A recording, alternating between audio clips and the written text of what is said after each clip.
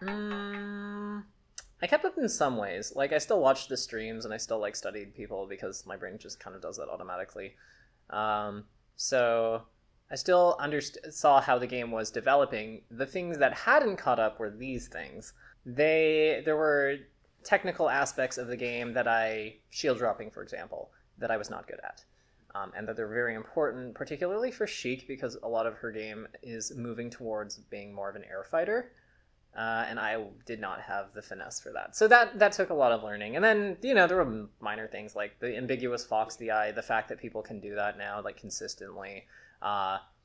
Some shine out of shield stuff, some wave dash out of shield counterattacks on Sheik stuff. Like, that all took adjustment. But the big thing was just, like, my movement and positioning game needed to be updated. That's all. Yeah, I'm a nerd. Like, I just like researching things, and it takes me a while to... It's kind of it helps me sometimes, and it's sometimes not a good thing. It's a mixed bag, just like any strategy, I guess. It takes me a while to make decisions sometimes in real life, because I want to make the best decision. I used to, when I was younger, I used to be very impulsive, and more recently, my coping mechanism has been being more studious and trying to be more informed, but that also comes at the cost of a time efficiency. So yeah, have you ever heard the term paralysis by analysis? I get that a lot. I think it's pretty effective. Like, I think personality and your own nuances as your own idiosyncrasies come out quite a bit in this game. Whether or not somebody's kind of twitchy, trigger happy, conservative, all of these things have a tendency to bleed out into how somebody plays the game, just because this game gives you a huge wealth of options, particularly with, like, there's almost always multiple correct lines of play that you could potentially justify in a given scenario. So I think all of that really does come out. I think that in general I have a tendency to pick up things quickly, but not learn them to the depth as some of my peers. So I think that would be something that comes up. Oh yeah, Peach players are easy. Usually they tend to be either hyper conservative or way too trigger happy. Like one of the two extremes. Obviously Armada's exempt from this, but I don't know if I want to name names, just because I really don't want to unintentionally start beef with anyone. But an example that I think we all know is that MacD is a little trigger happy. He likes to push buttons. I think that it's cool that we have some new blood that's doing really well right now. Like, for a really long time, it was just kind of me and Ryan, and occasionally we'd have somebody else kind of in the mix. There was, about 5 years ago, we used to have a lot of tournament threats and used to be all over the place. Like, we had like Blunted Object and Scion from, like, BC, V-Wins and Bam, and Kage from Montreal. We had Ryan, Leon X, Rainax, IB from Toronto. Like, we had a really nice spread across the region. Oh, and False Falco from the Prairies. So we had, like, a really nice spread, but then we just kind of stopped. Like, Brawl happened, and a lot of scenes kind of died, especially smaller ones. There was a lot of drama in that era. So I think that sucked.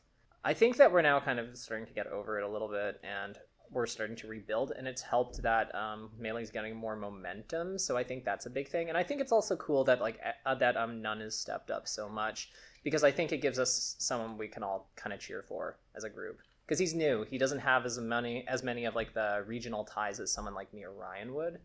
I mean, I don't know if, like, Trillium really counts as up and coming, because he's made top 100. Same thing with Nightmare, but definitely those two. I also think Damian Tyson has a lot of potential. They have great punishment games, and they have very defined strengths as players, which gives them a way of creating conditions that allow them to win. A lot of times, I think people try to develop their playstyles in a very well-rounded sort of way, but they kind of forget that eventually at some point, this game isn't won from being well-rounded, it's won from creating a win condition. So at some point you actually do have to win the game. And I think that those three exemplify this. They have weaknesses, just like any other developing player, but they also have strengths that are strong enough to occasionally make up for that.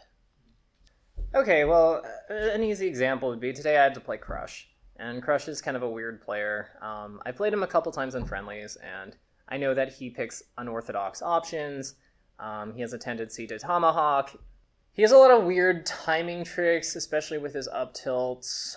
So, but then beyond that, I know that he's also playing Fox. So it's kind of like, okay, so I take the Fox shell, so what do I have to watch out for? He's a low range character, so I want to outrange him. He's faster than me, so I can't chase him. He has a lot of, he has really powerful throw combos and a shine conversion, so I want to keep a little bit of room between, enough wiggle room so I can react to how he's trying to like create those opportunities. I want to abuse my knockdowns because he's a fast faller. And then on top of that, then I just add the player-specific knowledge, if I have it, into the matchup shell that I already have.